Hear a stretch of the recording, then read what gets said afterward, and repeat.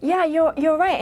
In the surprising thing is that we've spent the 2 years since the referendum essentially negotiating with ourselves, which has been very damaging to our negotiating position and to our credibility with the EU. In fairness, from the EU side, there's been a lot of mixed signals and disingenuous messaging as well. But in reality, had the Prime Minister kept to the red lines that she set out in her Lancaster House speech over a year ago and pursued those lines of seeking a deep and comprehensive free trade agreement, rather than getting bogged down in all of this internal wrangling about variations of single market goods alignment and complicated imaginary customs partnerships, we'd be in a much better position than we are. There's a 120-page report, and already it suggests that the true Brexiteers may have issues with the extent of it. I'll just pull out some ideas that have been suggested. A legally binding agreement to follow EU rules on goods so they can be traded freely under a common rule book, but also taking on board some of the remit of the European Court of Justice in some areas the UK would abide by. This is anything but a true Brexit for those die-hard Brexiteers, isn't it? Oh, not just for those die-hard Brexiteers. I think many people who voted leave and many people who also just accepted the result will question why the UK would sign up to being a rule taker with no democratic input and accountability into huge swathes of highly important regulations across our economy. And let's be realistic, the EU will not agree to break the single market model for a goods-only single market without, at a minimum, insisting on control over huge parts of the sort of horizontal aspects of regulation, like competition law and employment law and frankly trade policy itself. So it's really at odds with the whole idea of taking back control, which arguably was the message of the referendum. Change since the referendum, and right here and now we're dealing with what looks like a trade war, and there's a sort of a dispute as to whether it is trade war or trade talk, but the reality is you have major economic powers going at it on negotiations. So under some of the suggestions, it does indicate that if this paper were to be accepted in its form, that the UK would struggle to do deals potentially with the US and other countries because there wouldn't be that much room for negotiation away from what Europe currently has in place. Is that a good thing when we do have power, economic power against economic power? Isn't that positive for the UK to almost be under the protection still of Europe?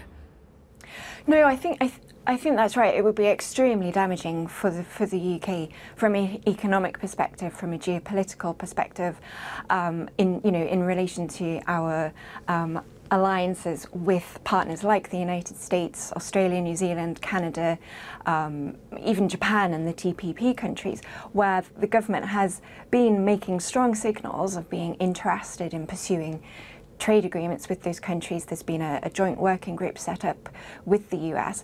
It would be extremely disappointing for us to then sign up to something with the EU that realistically would take all of that off the table, which is exactly what a full common rule book, mandatory alignment, harmonisation, whatever we're calling it, with the EU single market would do.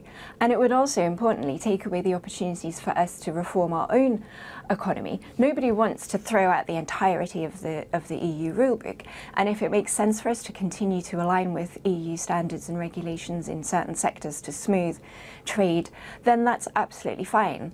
But we also must have the autonomy to make our own decisions, to change rules and regulations, to improve our competitiveness, to support innovation across our economy, and to pursue those really important trade deals with third countries. Victoria, I don't see anything yet. I'm waiting for it. I'm hoping for it that actually solves the Irish border issue as well, whether it be on the island of Ireland or whether it be at the Irish Sea as well. Do you see any progress on a plan for the Irish border that actually can satiate both sides? And when I say both sides, of course, I'm talking about unionists, I'm talking about the EU, in fact, I'm talking about the many sides here. Yeah, and the Irish border question really has become the driver behind so much of this, or at least the fig leaf behind which the moves towards greater levels of integration and alignment has been pushed forwards. In reality, the Irish border is solvable with technology solutions and, more importantly actually than technology solutions, processes for cooperation and streamlining of customs arrangements. The Irish Revenue Commissioners themselves a year ago were perfectly prepared to look into ways of managing customs compliance away from the border, which in reality is how most border customs compliance is operated anyway with trade from the rest of the world.